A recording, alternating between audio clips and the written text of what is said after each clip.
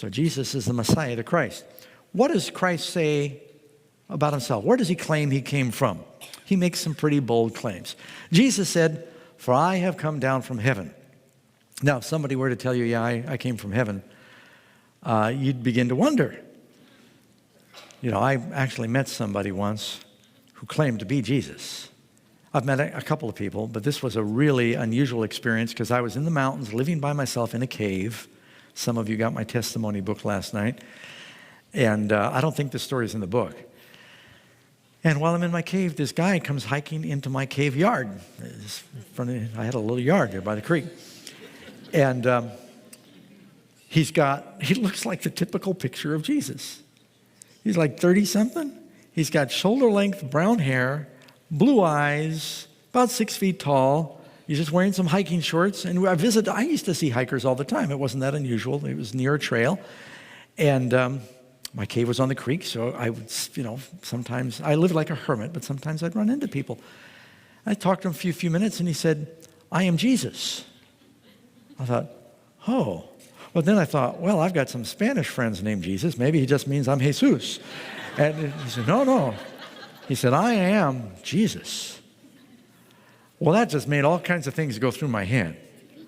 I was a new Christian. I just read the Bible. I had just kind of on my own accepted Christ, and I'm not sure what to think about this. I thought, well, based on my experience in New York City, this guy's probably crazy. But who knows? I just accepted Jesus. If this is Jesus, I sure wouldn't want to insult him right now because that would be really bad. And if it is, I got a lot of questions, but if it's not, I'm up here in the mountains with a lunatic, and all this is going through my mind, and I'm sitting here, I'm talking to him, going, oh. And these things are going through my head. And I said, I didn't want to offend him. I said, but I thought I read in the Bible that when you come, you're coming in the clouds and everyone's going to see you. He said, well, that's for the general world, but I'm coming specially for some people in advance. He had an answer for everything, and I tried to quote the little scripture that I knew to him, and he knew his Bible, which made him even scarier. And he stayed with me for 3 days. And the longer he stayed with me, the more convinced I was this is not Jesus, because he ate all my food and he didn't help me clean up at all. And a few days later, I finally had to evict Jesus from my cave.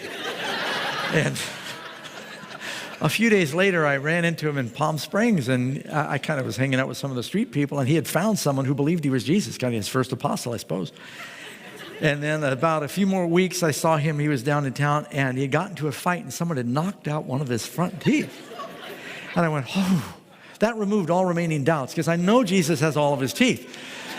And so that made me feel much better. But so if someone says, I've come down from heaven, right away you know this person's either crazy, or they're a liar, or they're telling the truth.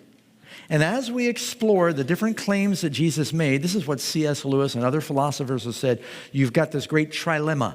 You know what a dilemma is? A choice between two options. A trilemma is you've got to make a choice between one of three options.